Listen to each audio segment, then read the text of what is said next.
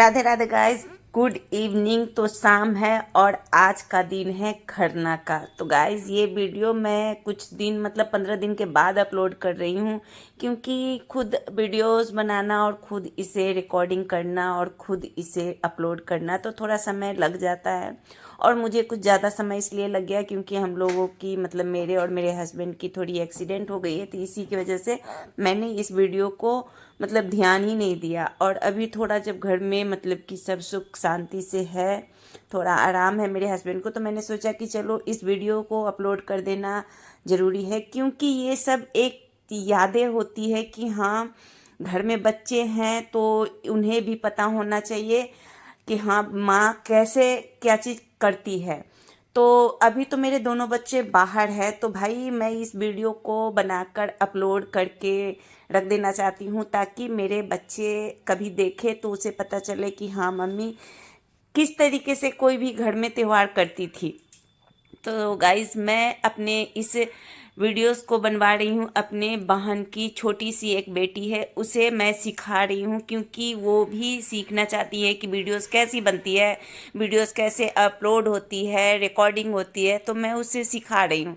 तो मैंने कहा कि ठीक है, मैं जिस तरीके से तुम्हें बता रही हूँ उस तरीके से तुम लो, ताकि तुम भी सीख जाओ। और उसे जिस तरीके से हुआ वो ली, और मुझे लगता है कि पहला बार में अगर कोई काम कर रही है तो मुझे बहुत अच्छा लगा कि हाँ वो सब चीज़ मतलब सही से ही की है।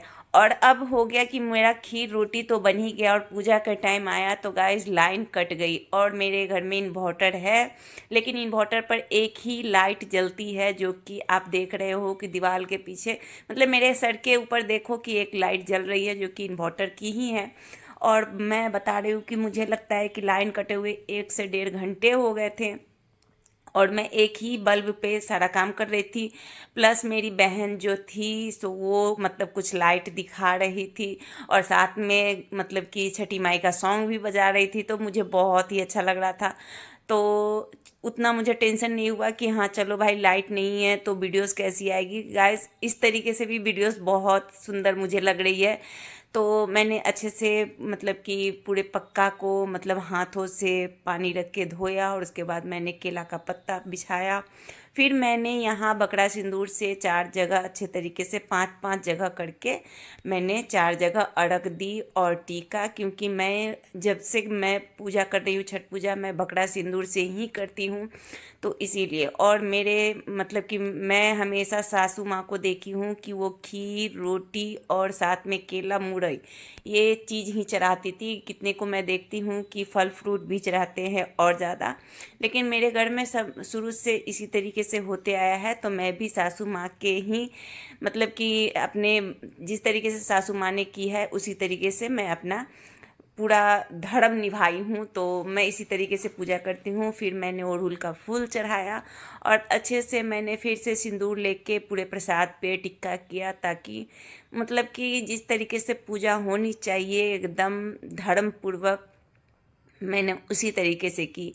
और आप लोगों को क्या लगता है, क्या मैं इस पूजा में कुछ गलती कर रही हूँ तो मुझे कमेंट में ज़रूर बताना, क्योंकि मैं शुरू से ही इसी तरीके से करती आई हूँ। मेरी सासू माँ भी इसी तरीके से करती थी, जो मैं सासू माँ को देखती थी वही मैं आज कर रही हूँ। तो अपने धर्म पे चलना और अपने सासू माँ के कर्मों पे मतलब कि कर्म करना हर बहू का फर्ज होता है। उसके बाद कुछ देर के बाद लाइन आ गई थी, तो मैंने आरती उरती करना शुरू किया, घंटी बजाना शुरू किया। मैं बहुत अच्छे से एक हाथ से आरती और एक हाथ से घंटी बजा लेती हूँ, तो मुझे बहुत लोगों ने कहा भी कि भाई आप एक ही साथ दोनों चीज़ कैसे कर ले, तो आदत हो जाती है पूजा करते करते।